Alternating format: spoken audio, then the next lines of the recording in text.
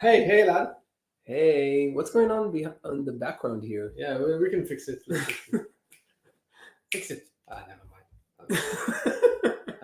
The background. What's wrong with the background? This one, this one, this one. Okay? Yeah. Awesome. Hi there, Hi. lad, and welcome for all the viewers to the Wingly. We are at episode 23. Wow. This is crazy. Wow. Crazy. One of the most stable things about our company, basically. Yeah. About our project. Yeah. This and the releases. Right. The release channel also.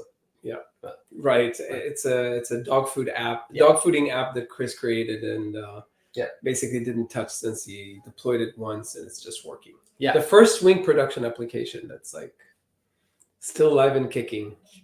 Probably you can't redeploy it because of breaking change. So it's live, it's kicking, but it's already kind of in the state of COBOL. Yeah. I mean, we need to not touch it and just visit the code in 2 years like from a now. museum. Yeah. So that was about the releases channel. So we have an interesting show with us today. We have we have Ron Record that is a community member on Winglang, and he's going to come. We're going to invite him to talk about his project, the Chasm project. Are you familiar with this project, Elad? So it started with a kind of an intro message that Ron sent, and I was reading it and I was surprised. I asked you about this, and I think you reached out for him to talk about this with us. So it's going to be an interesting discussion. And after that, we have the changelog, but with a guest star. Yeah, Mark, the one and only Mark, is basically in reInvent right now, and we're going to have to deal with Uri. I will have to deal with Uri on the changelog, and we'll see how he does that. And then we have a good first issue with Revital, and that's the show tonight. Or not tonight. Here it's tonight. Yeah, some places it's morning and afternoon. Okay. Shall we invite Ron? Yeah, let's invite Ron. Woo! Hi, Ron. Hi, glad to be here. So I'm an open source developer. I've been working on open source for 33 years. I worked at the Santa Cruz operation here in Santa Cruz on the development of Xenix, and then Unix, and then Linux. Ooh, interesting. And what I did was I was the open source, part of my title was open source solution architect. So basically I glued together a bunch of open source packages and provided solutions for our partners that way. At that time, it wasn't so well received. A lot of our partners considered it to be some sort of socialism or communism. It was a difficult time trying to convince everybody that it was cool. Wow. Interesting. Well, good job. Yeah. And as part of that, like in the 90s, I put together a solution involving TightVNC and a Netscape Navigator plugin I wrote to be able to access. TightVNC? TightVNC, yeah. It's just another VNC server. Yeah. I think I've used it even. Me too. Yeah. At that time, it was the best one around, the fastest one. And so I put together this thing that you could access your desktop and applications on your desktop from your browser. And this is the 90s. And okay. I thought that was pretty cool. But it was kind of clunky. The plugin didn't work as well as it should. And now, so fast forward like 25 years, and we've got this really cool web top that utilizes all these advanced features of modern browsers. So you can access your desktop from anywhere if you have a browser, and you don't even need to install anything on your. You don't even need a machine, basically. You need a computer with a browser.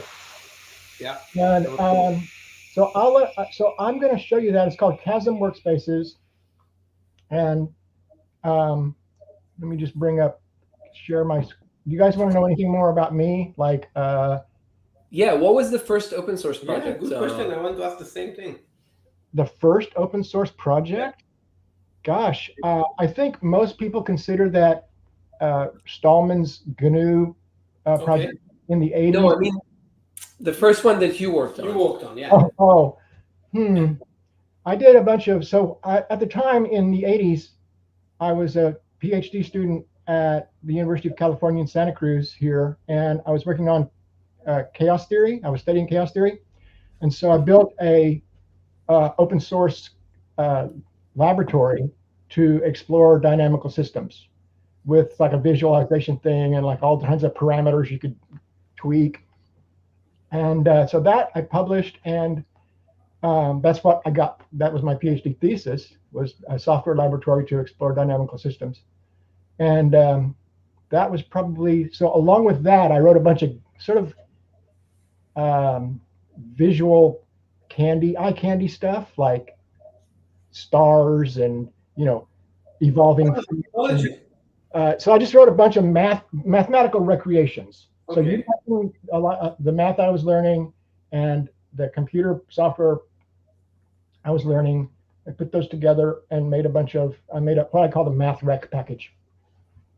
So that's where that's where I first got started, was like in the early 80s, writing mathematical software and releasing it as open source.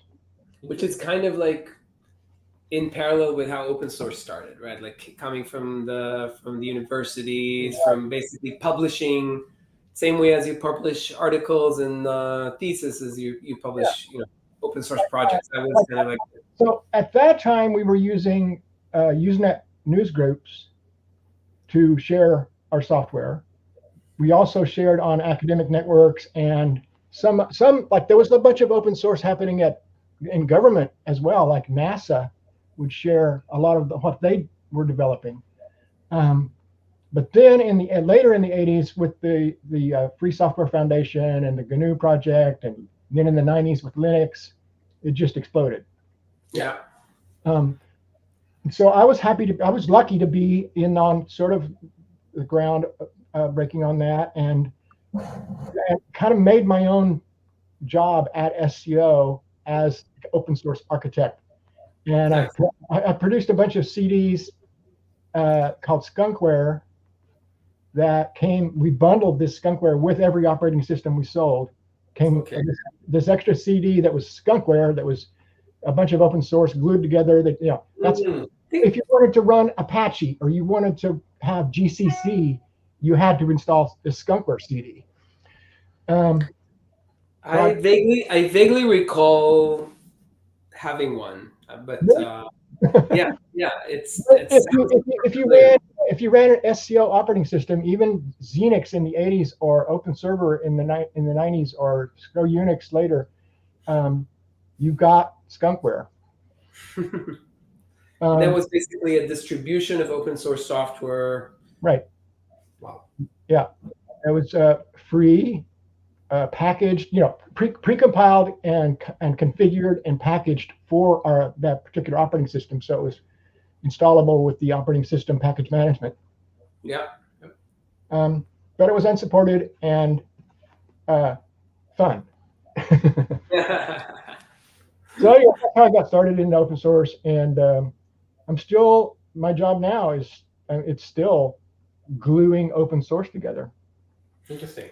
So the most recent fun thing that I've stumbled across is this Chasm Workspaces, and I really liked it because it's what I was working on 25 years ago. Type-3C. It's basically the same. But now it really works. So let me show you. I'll present. Share screen. Entire screen.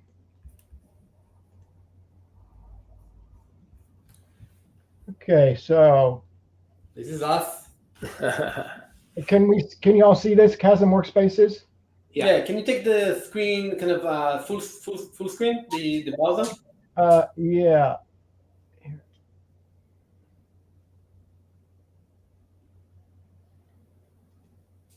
Awesome. Thanks. Yep. Thank So you. this is the Chasm Workspace's homepage. It's a container streaming platform. It streams containerized apps. You can do desktop workspaces. Web isolation workspaces are a really good feature that a lot of people use. This is like if you want to run Chrome or Firefox or whatever without any cookies or any malware or anything that's been you spin up this workspace that's got your browser. It's got a clean, fresh browser. You do whatever you need to do. Then when you close the workspace and open it back up again, all that stuff is gone. So like it's a way to isolate your workspace from any previous maybe bad things that happened. Yeah. There's applications and so on. And there's 3 editions. I use this one, the $0 one, which works perfectly fine. You're just limited to 5 concurrent sessions. So if you really wanted to do something with a company that needed more than that, it only costs $5 per user per month. And then you get more for $10 per user per month. So that's my little advertisement for Chasm. It's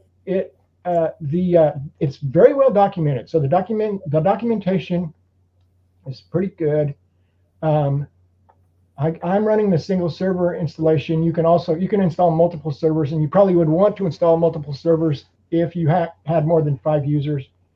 The install process for the single server install is pretty easy. You just you curl this tar file, extract it, and run this install script. That's it. So that installs, and once it installs, you get something. Sorry to interrupt you, but what's your use case for this? I mean, so you're both working for this. If I understand well, you're both working on the open source project of the Chasm. Yeah. So this Chasm project, I do not maintain. Okay. I contribute to it, but awesome. I'm a user. I'm basically a power user of Chasm. Yeah, exactly. So can you tell me a little bit about your use case? What you do? I just wanted to give you an introduction to Chasm first. That's Chasm. Let's get to what I'm doing. Okay. So here's what I'm doing. I maintain a Chasm registry. So Chasm uses what they call registries to download and install these workspaces. So each registry maintains its own customized set of workspaces. I have a few that I've developed, and I maintain them here in this GitHub project. And then that has some CI/CD stuff that creates this other thing that's the actual registry where you go. So Record Technologies is what it's called. And I have this library of only a few workspaces, the ones that I've developed so far. Yeah. And so let's go Wing. This is used by Chasm to install and configure the Wing workspace. Okay, interesting. And so what you do is you add this workspace by clicking. You get the workspace registry link and you add that in Chasm. And now once that's enabled in Chasm, you have access to all of this registry's workspaces. So let's go over to Chasm. Nice. I'll log in. I have it configured so I can log in with Gatia or with Okta. You can wrap Chasm with all kinds of authentication. Like for instance, here I'll show you authentication. So this is the admin dashboard for Chasm. You can authenticate with all these different ways. I use OpenID and SAML.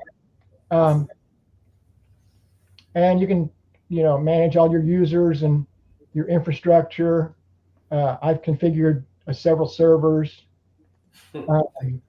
And there's settings and diagnostics and so on. So mostly where you work is here in the workspaces as the admin, and in the registry, if you want to add a registry, you go to registries and you add new, and I've already added myself, so I'm already here.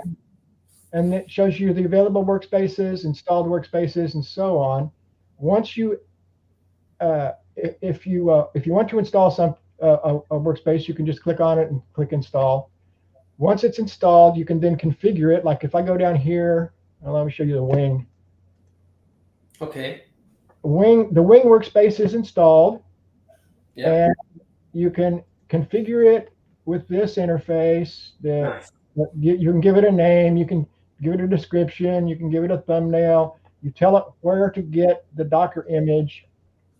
You can specify how many cores and how much memory, how many GPUs, how much where to get it. Yeah. And so these settings are kind of important. So Chasm allows you to specify a persistent profile path. So for this, for Wing, what I've done is, if you use this image for whatever user ID, that's where your profile will be stored. That means that allows you to do some configuration as this user in this workspace. Yep. And it's preserved over Yep. over runs. Whereas often with Docker, with container running environments, you lose anything you've done every time you run it. Right. This preserves it across runs. It also maps a directory from the host to the container so that you can share files between the host and the container, and so on. I expose port 3000 so then I can access the Wing Console.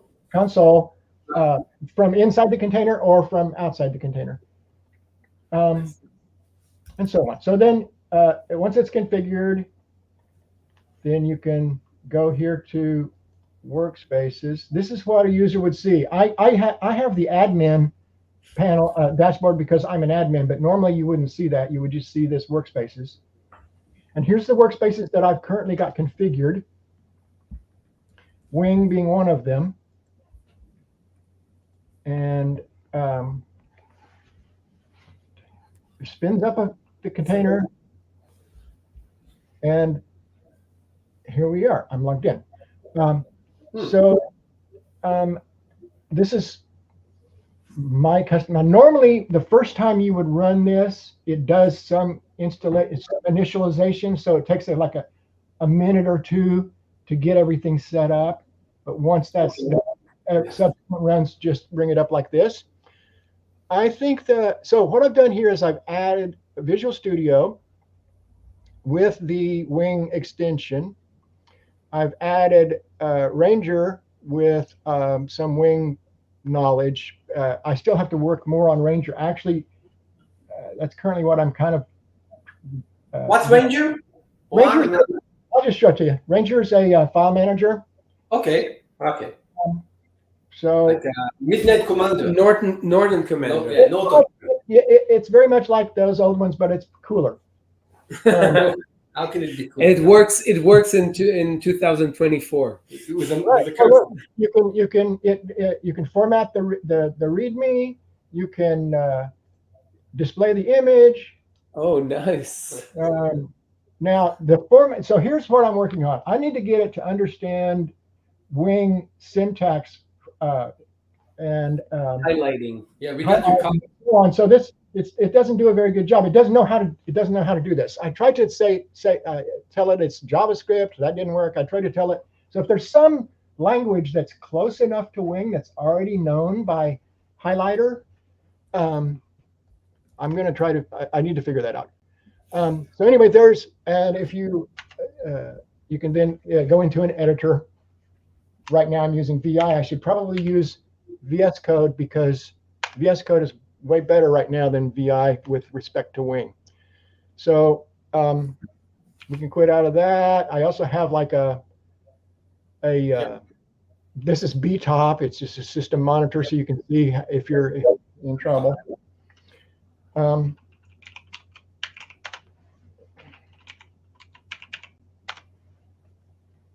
then Visual Studio Code is the Wing extension for this works pretty well. So right now, I mean, it works better than it works for a new extension. It works better than I thought it would. So if you go to, let me see, I think I've already got something here I can work with. Yep. So I don't know about this.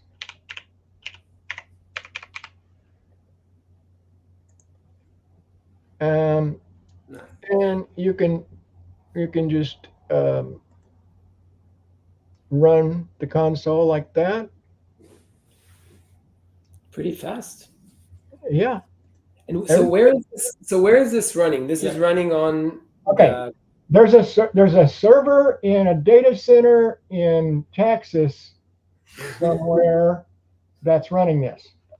And that's basically. But does it run other stuff? Is it kind of how much stuff? I mean, so that's why you ask for the CPU, basically. Right now, I'm the only user on this system. So, and I've beefed it up with lots of memory and a couple of, and CPUs. So, Chasm is a hog. It's a resource hog. So, really, it's if you're going to run Chasm servers, you really need to have some pretty beefy hardware. Now I have run it at home on just a regular Linux, regular standard desktop Linux, and it works fine. As long as you're the only user, but once you get multiple users and multiple workspaces, it starts to. So right now we're good. This is pretty cool. I like this. If you go here to problems, it says that there's no problems. So then, like, if you just create a problem, take away that, it tells you right away. I expected a semicolon there, and there's not one. So this is pretty nice. You can take that away, go back, whatever. Is it updated with the latest version of Wing, or do you need to update it manually? So I have a question about that. Yes, when I install the workspace, initially, it downloads and installs the latest version of Wing with npm. Yeah. I wrote a little script to update. Like, something I noticed was, let me get out of this. Oh yeah, they do syntax highlighting fine. So why can't everybody else? That's our VS Code extension. Yeah. But we have a highlighting file that you should be able to use. Okay. We'll send it to you over Slack. Thank you.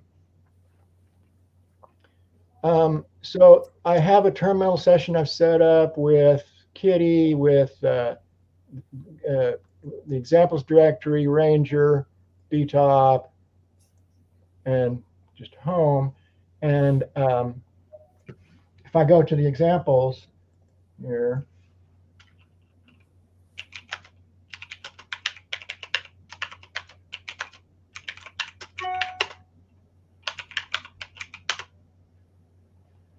this brings up the Wing console, and it will ask me to Wing. So I can get to the Wing console this way. And I wish I could just have it be dark all the time. Okay, interesting. Open an issue. Open an issue. Open an issue. So here's what I was going to ask you. It tells me an update is available for WingLang, even though I've installed the latest one with npm. So now if I go, let's take me to.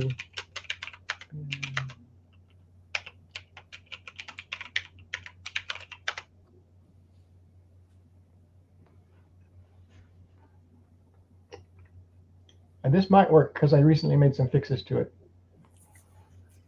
Are you installing it globally? No, I install locally in the user. I use NVM, and that might have worked. Let's see.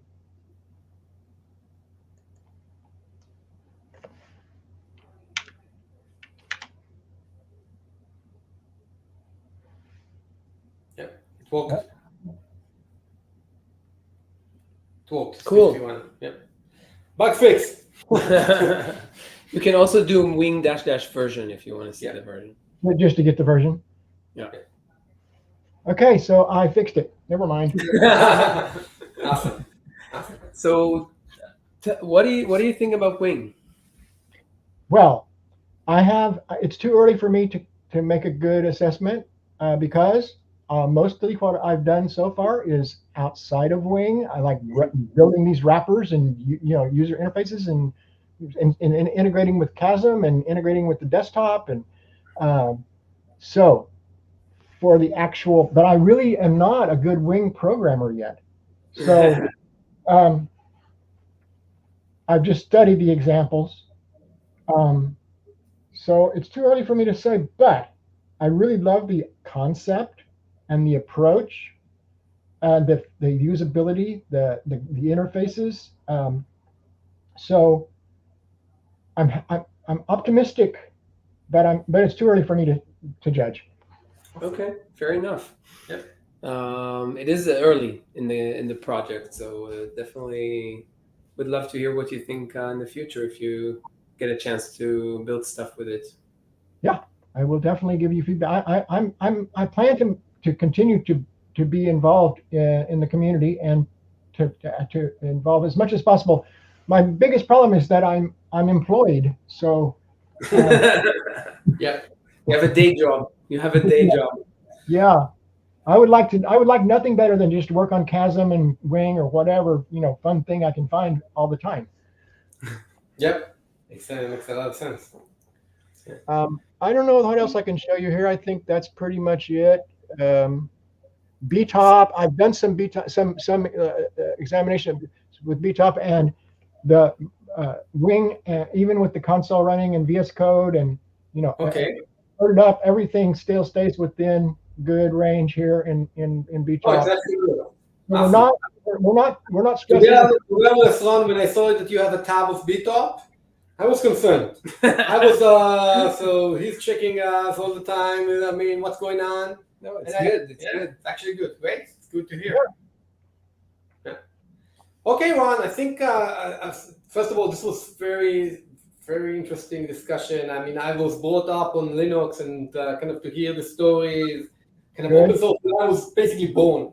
That was enlightening for me, and the project looks awesome, and thank you for this. Maybe we'll check it out. We have Wing. There's an option to run Wing with it. Yeah. The something that you probably would be interested in here. Let me find where the heck I am. Is the Docker file. So this Docker file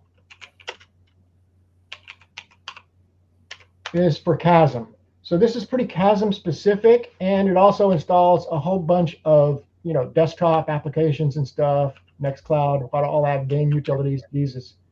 So, however, this could be a starting point for, or maybe a reference point for a Wing Docker image creation thing, your CI/CD. That's like something I would like to get to, but haven't had the time. Nice. So anyways, this might be something that's interesting to someone. Totally. Awesome. Thank you. Totally. Yep. Mm-hmm. Okay. Ron, thanks so much. Thank you very much, Ron. You probably, I'm not sure if you know, we have a tradition here. We have from one bit to another, one section to another, we play a song. Song is usually chosen by Mark, but Mark is doing reInvent, so he's not able to do it. So Amiel, our designer, has chosen a song, and I'm going to play it right now. So first of all, thank you once again. Thank you, Ron. Thank you for being with us, and thank you a lot for joining us to this section. And now let's hear Deki Alem, Wet Paint. Loose change and a grab to my name. See me dance in the rain. White tee, heavy drain.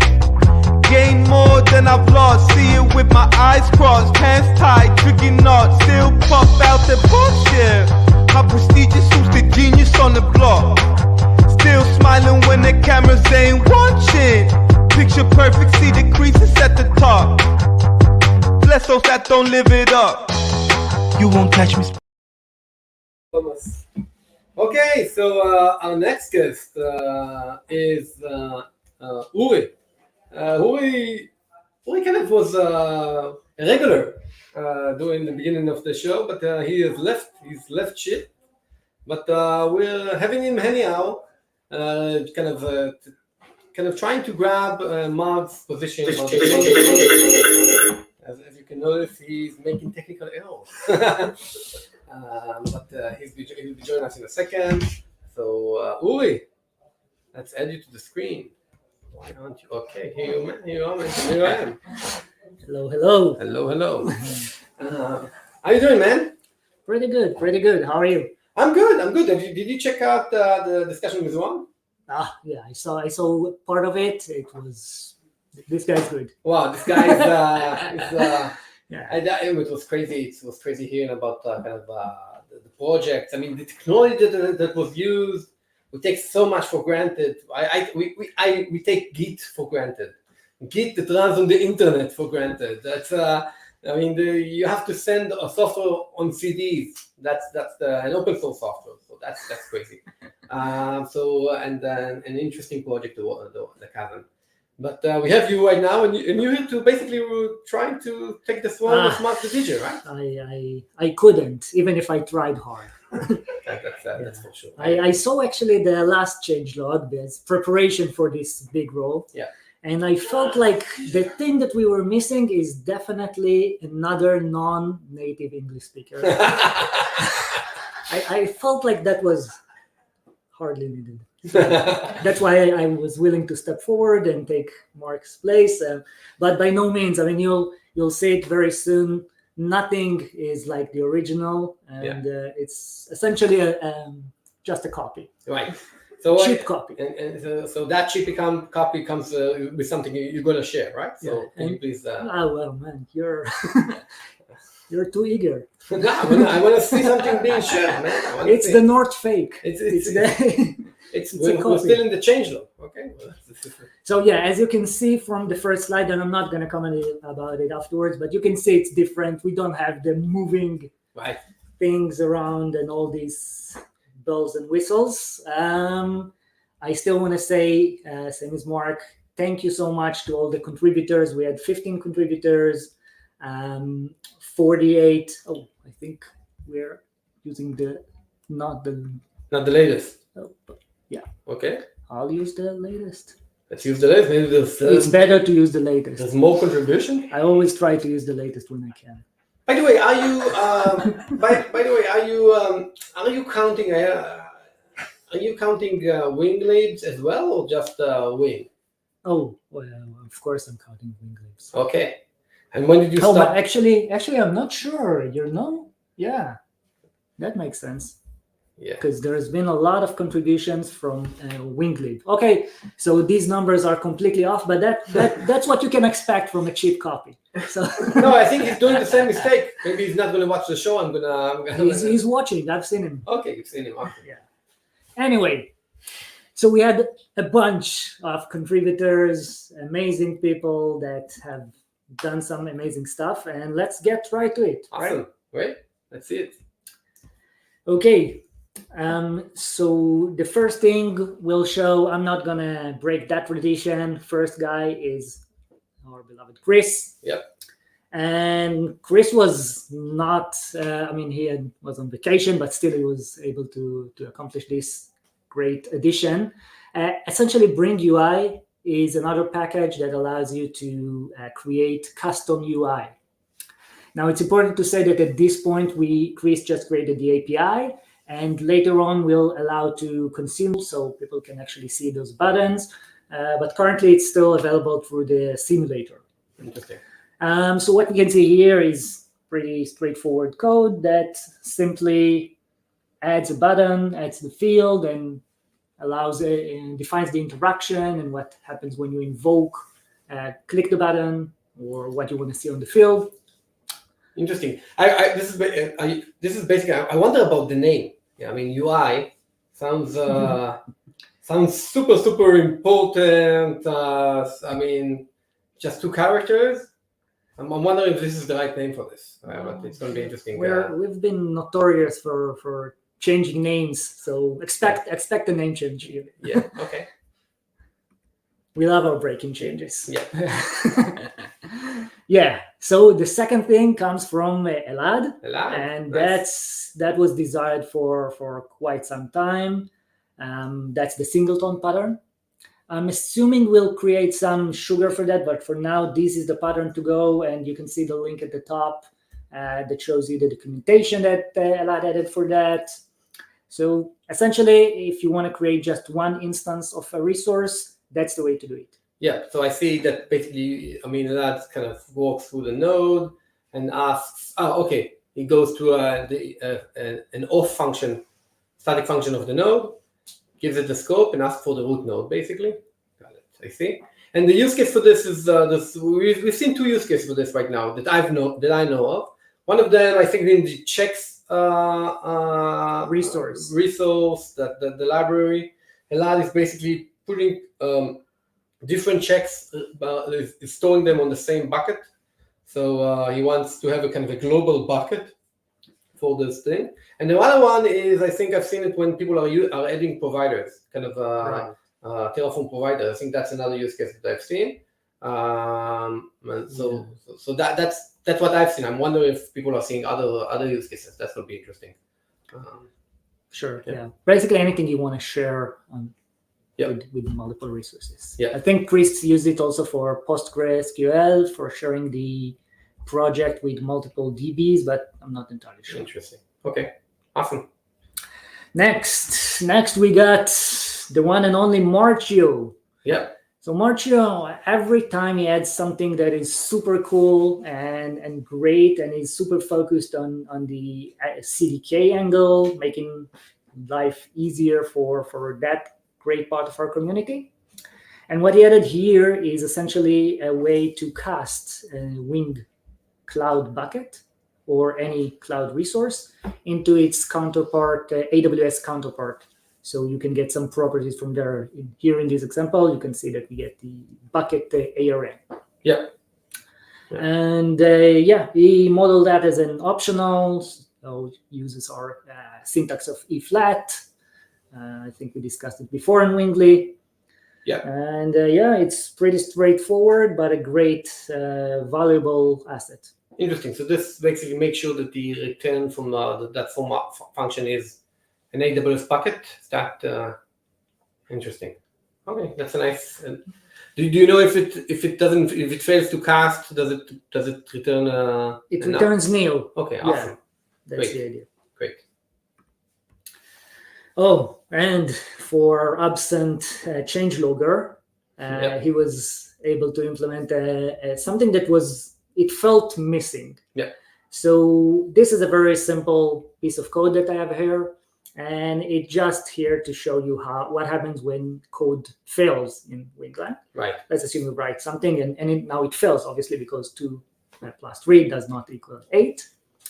And before that, since Wing compiles to JavaScript, we were only able to display what happened with the JavaScript, the error message that comes from the JavaScript that Wing compiles to.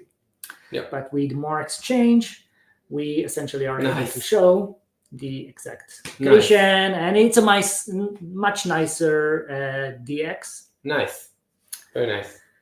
It's one of those things when kind of the source map. It's something that from a technical perspective, I'm not sure I know how it works. I've worked with the dynamic symbols before, but I'm not sure I know how it works. Might be interesting for to get Mark here and basically kind of to show us how this is implemented. What's the internal? I think that's interesting content for me. And so maybe maybe we should invite Mark. So Mark, if you are listening, maybe we should show us how it's done. Yeah, I would have shown you, Of course. but we don't have enough time, right? Right. So, Yeah. Okay. Next up.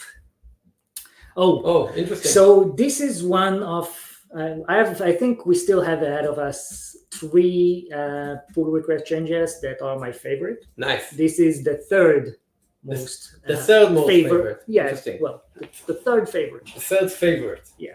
Okay. So before we used to have another extra character of dollar before the parenthesis in order to do string interpolation. Yep. But that's not what Yoav wanted. Yeah. Yoav felt like he needs to change the world, and boy, he did. Yep. Yep. Definitely. Broke any piece of software ever written in Ring. Well, you know, But to be honest, I was against even the idea of having. I mean, the reasoning for it's a redundant character. I'm against Right. that reasoning.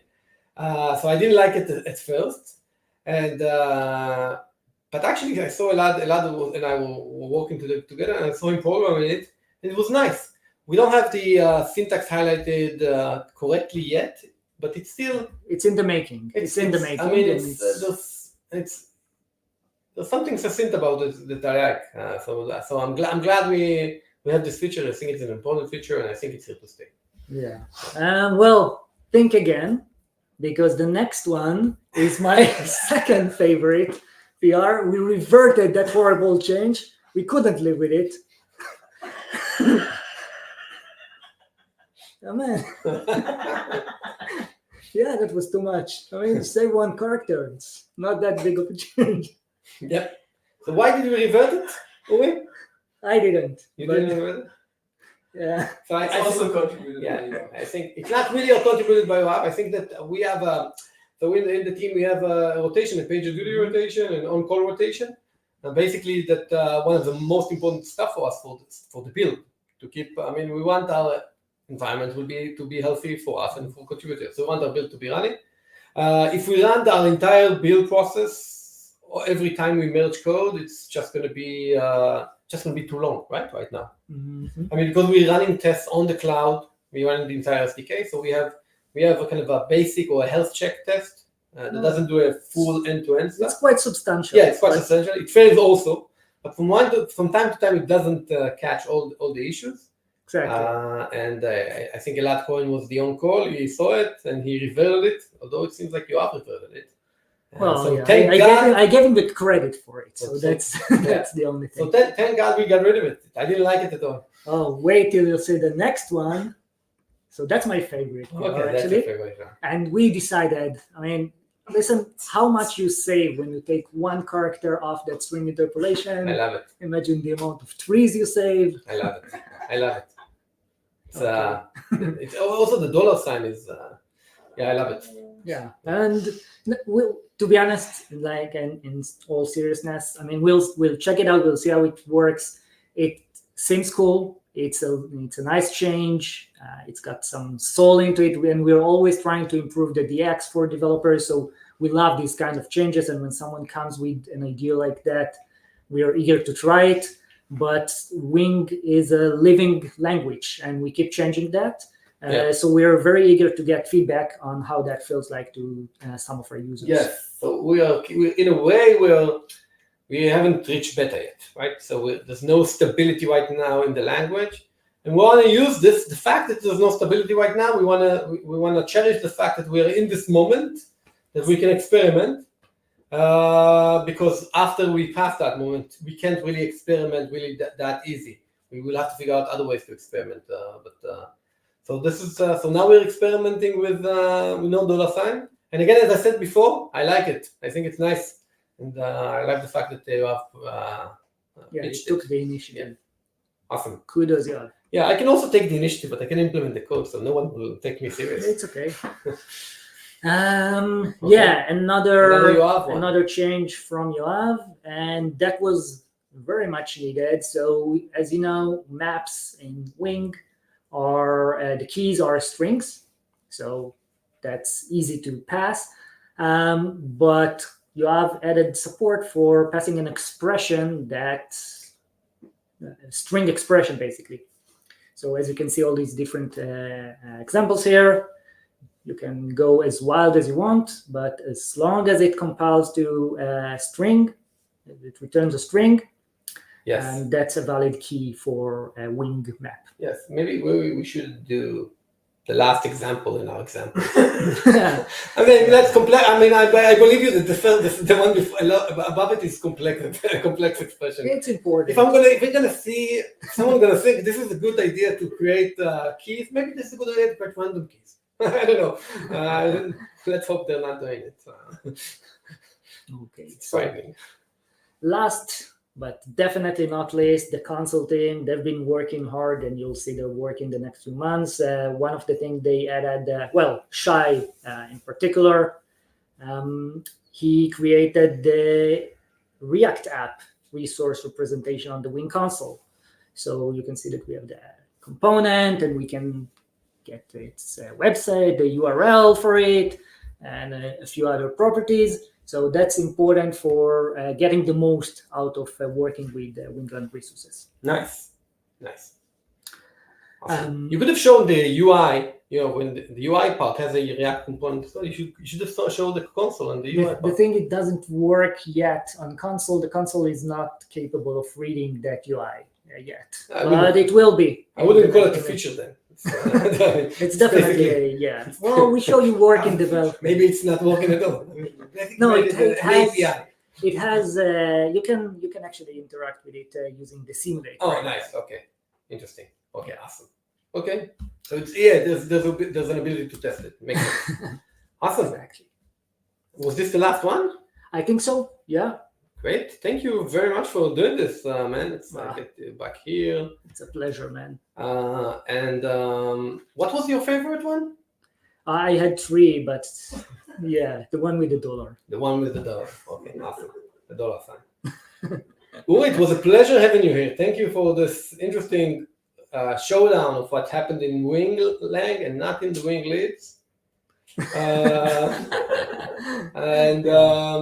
And let's hear another part of the song by Deki Allen, Wet Point. Give it to us. So let's play it. It's hard for me to find it, but now. That's Aram, word to the prophets. Deep pocket, shallow minds in abundance. Wet paint, I see stains on your button, shoes and jacket. You a bum, are you dumb? You da-da-da-da-dum. Sweaty palms in agony, them bunnies losing battery. Another voice to dust, you done. Call me by my name, treat me like the next man. Put them in their lane, true to my... Hey, Revital. Hey, Eyal. How are you doing? It's been a while. It's been a while. Yeah, I kind of feel neglected. We started together, and you kind of vanished. Are you back for good? Or I am back. I'm glad to be here. I missed you. I missed this show. I'm super glad to be back.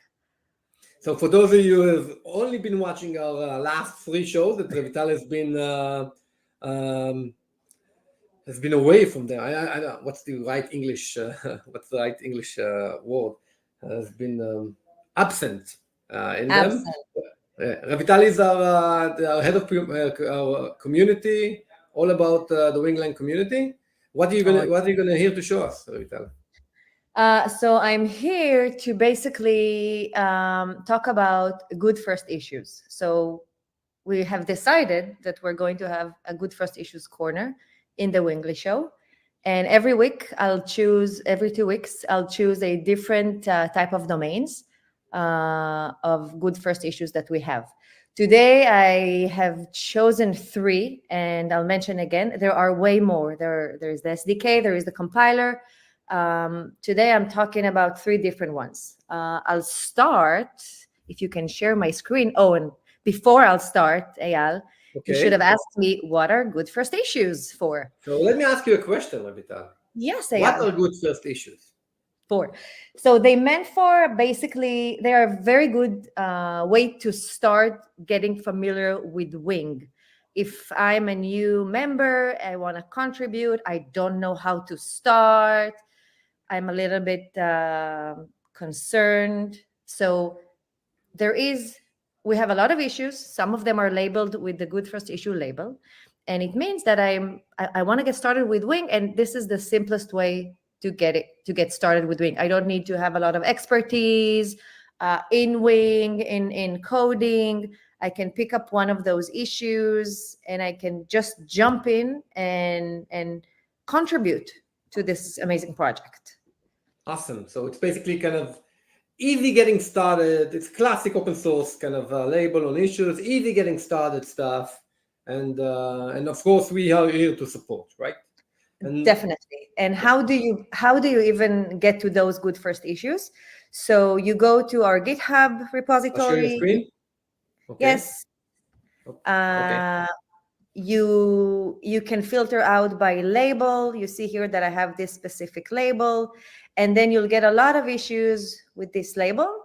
You can either jump into one of them. You can reach out to us, consult. We can recommend on good first issues. We can help you get started. You can get started by yourself. Everything is open. Got it. So I can just assign myself on a good first issue or ping you and talk to you about this or anyone in the team in this Slack. Definitely. Awesome. Definitely. Great. Yes. So you've categorized them, right? I mean the different good first issues for that you want to show today. For today. So I'll start with those, and you see that some of them are already taken. So it's really also important to make sure that there is no assignee to the issue that you would like to start working on. Here, basically, you can see, I'll read the first title and then I'll explain. This issue is about implementing Cloud.Bucket in-flight method rename for TCP for TF-GCP target. So there are a lot of terms that we need to talk about very, very briefly. So the first one is, I'll start with TF-GCP. As you know, Wing supports multi-clouds. So we have layers of cloud providers, and basically this layer is about GCP. You need to implement the rename function for the bucket resource in GCP. We have the same thing for AWS, same one for the simulator target, and obviously same one for Azure. So these are the cloud providers that we currently support. We can definitely support more. But for those, it's about implementing the in-flight method. And what is in-flight? It's another Wing concept. We have in-flight and pre-flight. Pre-flight is pre-deployment. In-flight is runtime. So this is the layer of GCP, in-flight method. The resource is a bucket. We have plenty of resources, obviously. And the method is rename. Awesome. Was it clear? Let me just use my own mental model. There's basically two types of API for any resource. Cloud-Bucket is a resource. That resource is implemented in AWS as an S3 bucket, in Google as a cloud storage bucket, a cloud storage resource. And now there's a pre-flight API in Azure, and in-flight API. Yeah. You forgot Azure. I forgot Azure. I know you're sensitive about Microsoft and Azure. I shouldn't forget Azure. And the pre-flight resource, I mean, the pre-flight API is how do I provision this, which basically means I need to know CDK technology under the hood. If it's TF, CDK TF. If it's SIEM, it's not really, there's no provisioning whatsoever. And the in-flight part is how basically interacting with the SDKs, the S3 SDKs or the Azure SDK for cloud storage and the GCP SDK. And the SIEM is actually kind of, it's a different implementation. It's how do we implement the bucket locally? I think it's a temporary directory, which basically means you will have to call the rename or MV system call in a way. Yes. So, yes. awesome. So Wing can run locally. You can write code, debug, and test it locally. And this is the local version of it. And the in-flight API adding is a good. I think it's the first good issue that you have done, right? Was the POC. Remember right? that? Oh my God. Yes, it is. And I think that it's adding a method to an existing resource is a great way to get familiar with Wing, because you see the way it's structured. You see the interface layer, and then you see the implementation for each and every cloud provider. And then you get to know with our testing layer, how do you test that? Because testing is crucial part of this development process. And I also want to mention the compatibility metrics. Awesome. Basically, this one is really related to those issues because you can see here a list of resources and cloud providers and which method or property is implemented within Nice. cloud provider. So you see that there are a lot of missing ones. So you can also jump into this view and choose one of the methods that you would like and map it to the cloud provider, see if it's missing, and then you can go ahead and implement that. We have a working group, me and a few amazing community folks that we're working on that. And we're implementing those together. The goal is to have a lot of greens here and get rid of those red missing Awesome. pieces. Awesome. And every one of those things are basically also has an automated testing framework, and that's part of this good first issue is basically going through the entire kind of CI/CD process and making sure that that it doesn't break in the future and it works as expected. Awesome. Yep. Great. So this Awesome. is the first category is in-flight. What's the Yes. second category? Second category is the STD library. So we have arrays, we have maps, and we have missing functions. So for instance, here, array.sort method is missing. And we want to add support to that. And I want to call out Sabutip, who opened that issue. He realized that we need to implement that. We thought it's a great idea. He opened an issue. We categorized the issue with the good first issue label because it's not super complicated.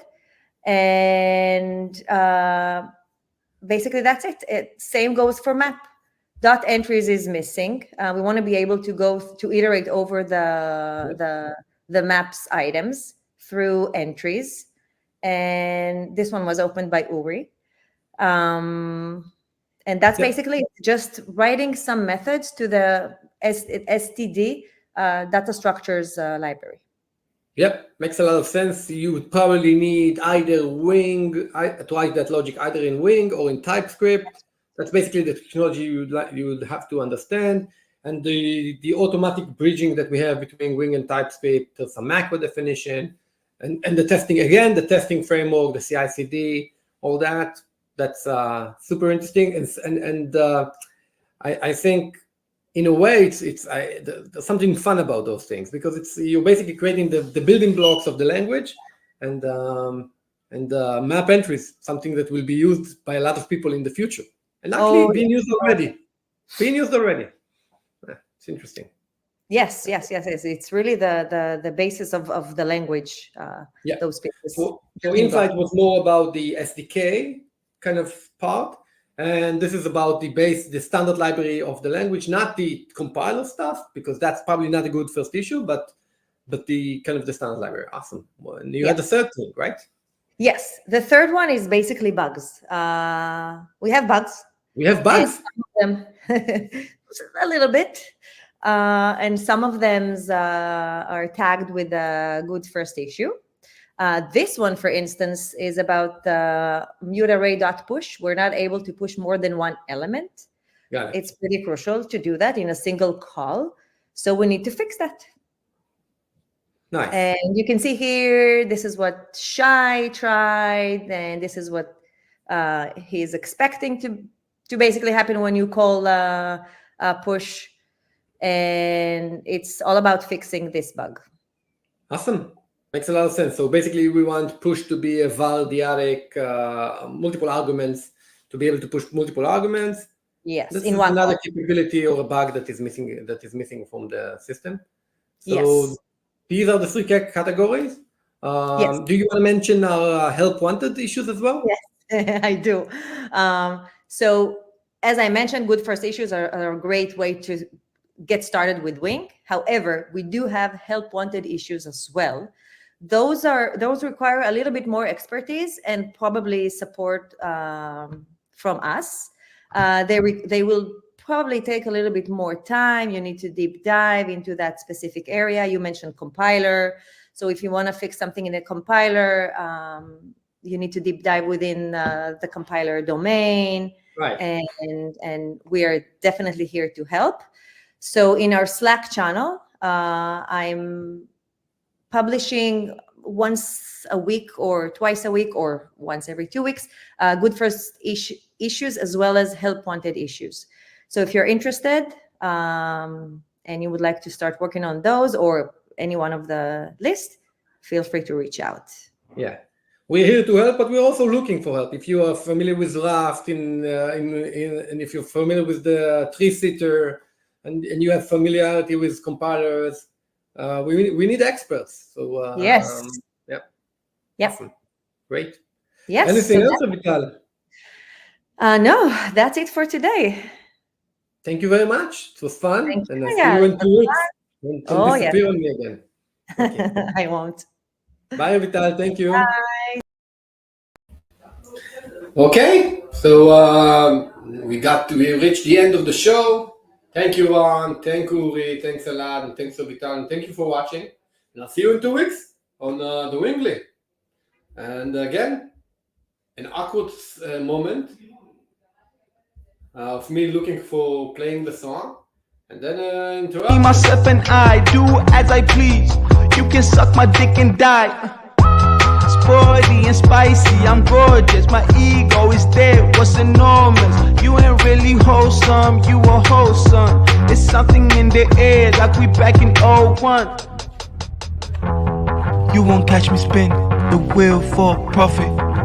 That's Aram, word to the prophets.